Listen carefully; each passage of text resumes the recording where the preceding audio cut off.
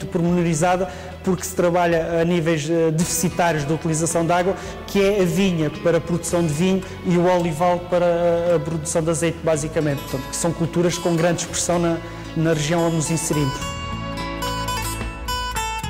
Com polos experimentais em Moura, Ferreira do Alentejo e Beja, este centro vai continuar o seu trabalho de investigação para que se conheçam devidamente as necessidades em água das principais culturas na região do Alentejo e do Algarve. Tudo para otimizar os processos de rega, melhorar as condições ambientais e maximizar a produtividade da água em regadio.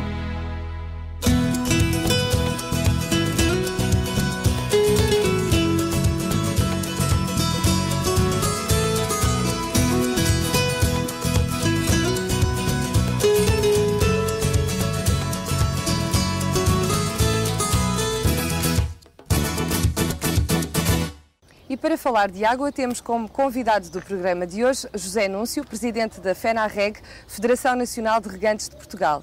Bom dia. Bom dia. Apesar de a rega ser certamente melhor do que há uns anos, quais são ainda as principais dificuldades de Portugal no que se refere à rega? Relativamente à rega, portanto, é importante se calhar realçar os progressos notáveis que têm sido feitos nos últimos anos. Portanto, hoje em dia se calhar consome-se por hectare metade do que se utilizava aqui há uns anos, que não serão muitos, 10, 15 anos. Portanto, tem havido uma evolução notável a nível de investimentos dos agricultores, quer em novos sistemas de rega, quer em outras tecnologias e outra ciência sobre o que é regar e como regar. Portanto, nesse aspecto acho que temos progredido bastante e, se calhar, por vezes não se valoriza isso, esse papel dos agricultores que têm sabido reagir e utilizar as novas tecnologias, respondendo de qualquer modo ao que a sociedade exige hoje em dia, não é? Que é necessário, que será uma utilização mais razoável desse recurso, que não sei garantir aqui se em Portugal será escasso, se não é escasso, se calhar é uma outra discussão, mas pronto, tem sido feito. E a nível de dificuldades, quais é que são ainda as principais? Dificuldades maiores não é tanto a nível tecnológico, a nível da rega ou do sistema de distribuição da água. Portanto, eu julgo que hoje em dia o grande problema da agricultura é a instabilidade e a volatilidade dos mercados agrícolas. O facto de estarmos na Europa, portanto, que é o mercado do mundo que é o mais restritivo a nível da produção, portanto, quer dizer, temos hoje em dia legislação sobre legislação sobre o que é que os agricultores devem fazer na Europa. Os agricultores europeus que têm que fazer, portanto, é muito controlado, é totalmente controlado, tudo é controlado, e depois, por outro lado, e não se percebe bem porquê, para os produtos de fora da Europa é o mercado mais permissivo que há. Portanto, isto provoca uma grande desigualdade e provoca uma grande volatilidade nos preços agrícolas, portanto, e hoje em dia é realmente uma lotaria. O agricultor, à partida nesta data em que acabámos de semear, fazer sequer uma pequena ideia de qual é que serão os preços dos produtos. Portanto, e a taxa dos recursos hídricos em vigor desde 2008 é pesada para os produtores? É evidente que tudo o que for, uma taxa, sendo uma taxa, portanto, com certeza que vai penalizar agrava mais a conta de cultura. Portanto, e neste momento em que, se me perguntar como é que é possível vermos aqui o campo todo cultivado, eu não sei muito bem explicar, portanto, é porque deve haver uma dose de loucura nos agricultores em fazerem as culturas como estão a fazer, porque a expectativa dos preços quando chegarmos à colheita não se sabe bem, não se sabe o que é que vai acontecer, portanto, mas a expectativa boa não é. Mas as pessoas continuam a apostar. Mas as pessoas continuam a apostar, portanto, realmente é impressionante essa capacidade que os agricultores têm de continuar a resistir e continuar a fazer agricultura. E a nível das novas tecnologias, são importantes para uma correta gestão da água? É evidente, portanto, as novas tecnologias a nível da economia da cultura, portanto, apesar de serem investimentos importantes, portanto, tem havido também alguns apoios nesse sentido, mas conseguem-se depois rentabilizar a nível da conta de cultura, portanto, tendo custos mais baratos. Portanto, hoje em dia, regar, certamente temos que pensar sempre com o recurso à energia para sistemas pressurizados, claro, e desses novos sistemas de rega. Portanto, mas apesar de ter custos associados, mas por outro lado tem outras rentabilidades que conseguem rentabilizar esses custos. E com essas novas tecnologias, como é que está a qualidade das massas de água portuguesas? Melhor, pior? Aquilo que a agricultura contribui para o estado das massas de água, eu julgo que cada vez tem menos influência. Portanto, porque essas novas tecnologias de rega, novas tecnologias de adubações, muito mais controle que há hoje em dia a nível dos agroquímicos todos utilizados, e que a própria economia da cultura assim os exige, né? Portanto, o facto das margens serem mais pequenas exige que o agricultor também controle muito mais os custos. Portanto, hoje em dia há outro apoio técnico por trás, portanto, há hoje em dia muito mais informação. Portanto, acho que o contributo para as massas de águas tem sido, portanto, acho que já é residual algum efeito de poluição que possa haver. Eu vou dar o exemplo. E já que falamos de residual, ainda há a questão das águas residuais e do seu aproveitamento. Portanto, também julgo que é um trabalho importante. Eu ia dar exatamente o exemplo aqui de Cruz. Antecipei-me. Temos aqui à vista o Rio Sorraia, portanto, onde se houver problemas da qualidade da água, ou da qualidade da água, ou de toda a bacia, porque não é só os agricultores que vivem na bacia, né? Portanto, há os agricultores, há a indústria, há as populações.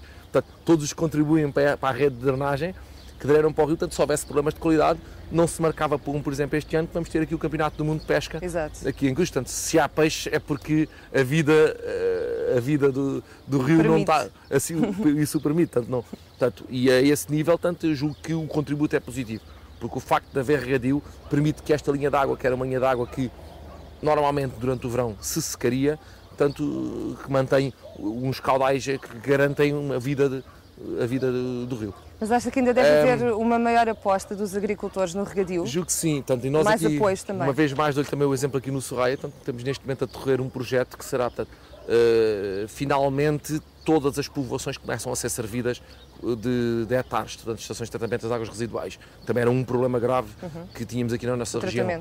E hoje em dia, com essas hectares e nós tendo os canais de rega, estamos a fazer um estudo que é a utilização das águas residuais, das águas devidamente tratadas e a incorporação dessas águas dentro dos canais de rega que depois servirão para aproveitar para as culturas. Portanto, poupamos o rio dessa descarga, apesar de ser um efluente tratado, sempre é um efluente, não é? Portanto, e fazê-lo passar fazer no fundo que a área regada seja uma grande hectare e que contribua, que até julgo que se poderá ser positivo até para os próprios agricultores. Muito obrigada pela sua presença no De Sol a Sol e até uma próxima. Muito obrigado eu. Obrigada. Todas as semanas, o nosso programa leva até si pequenas rúbricas. A de hoje dá-lhe a conhecer as melhores soluções agrícolas para o mês de julho.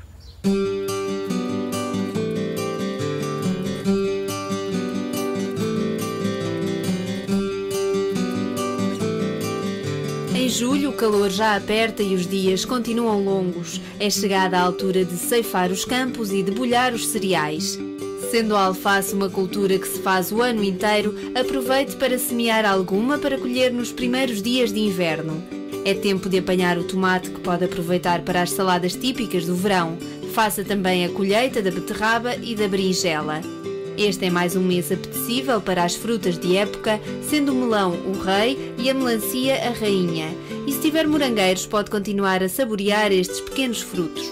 Aproveite para arranjar as terras dos canteiros e não se esqueça de roçar o mato para colocar os fertilizantes naturais.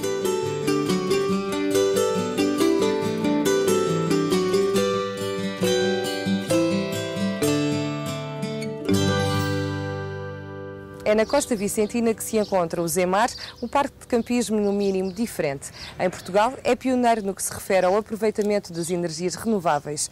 O De Sol a Sol foi até à Zambujeira do Mar e mostra-lhe agora este alojamento amigo do ambiente. E se pudesse conciliar uma estadia confortável, lazer e bem-estar com preocupações ambientais para preservar o planeta? Agora tudo isso é possível. Em plena Costa Vicentina encontra-se o Zemar, um parque de campismo que teve como base a procura de uma mudança de atitude das pessoas.